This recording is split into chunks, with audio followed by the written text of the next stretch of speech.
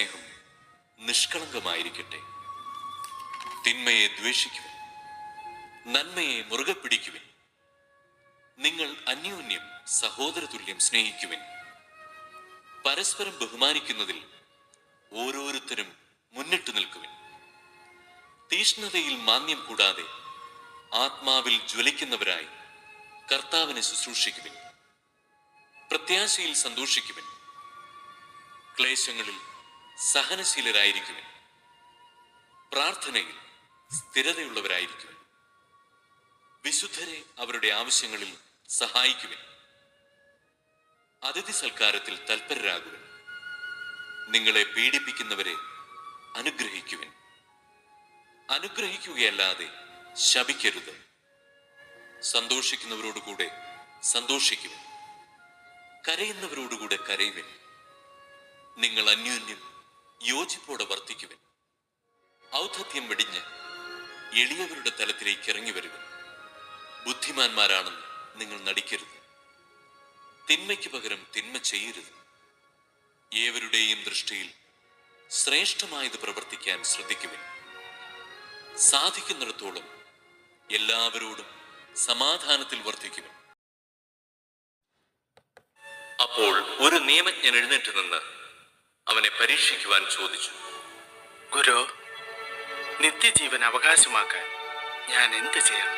അവൻ ചോദിച്ചു, നിയമത്തിൽ എന്തെഴുതിയിരിക്കുന്നു? നീ എന്തു വായിക്കുന്നു?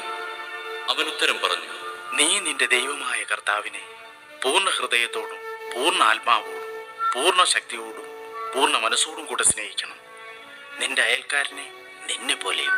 അവൻ പ്രതിവചിച്ചു, നീ ശരിയായി തന്നെ ഉത്തരം പറഞ്ഞു. ഇതനുസരിച്ച് പ്രവർത്തിക്കുക, നീ ജീവിക്കും.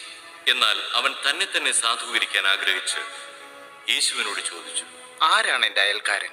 യേശു പറഞ്ഞു, ഒരുവൻ ജെറൂസലേമിൽ നിന്ന് ജെറീക്കോയിലേക്ക് പോവുകയായിരുന്നു. അവൻ കവർച്ചക്കാരുടെ കയ്യിൽപ്പെട്ടു. അവർ അവൻ്റെ വസ്ത്രങ്ങൾ ഉരിഞ്ഞെടുത്ത് അവനെ പ്രഹരിച്ച് അർദ്ധപ്രാണനാക്കിയിട്ട് പോയിക്കളഞ്ഞു. ഒരു പുരോഹിതൻ ആ വഴിയെ വന്നു. അവനെ കണ്ട് മറുവശത്തുകൂടെ കടന്നുപോയി. അതുപോലെ ഒരു ലേവായനും അവിടെ വന്നപ്പോൾ അവനെ കണ്ടെങ്കിലും കടന്നുപോയി.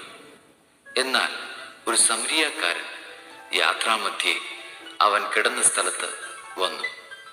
അവനെ കണ്ട് മനസ്സലിഞ്ഞ് അടുത്തു ചെന്ന് എണ്ണയും വീഞ്ഞുമൊഴിച്ച് അവൻ്റെ മുറിവുകൾ വെച്ചുകെട്ടി തൻ്റെ കഴുതയുടെ പുറത്തു കയറ്റി ഒരു സത്രത്തിൽ കൊണ്ടുചെന്ന് പരിചരിച്ചു.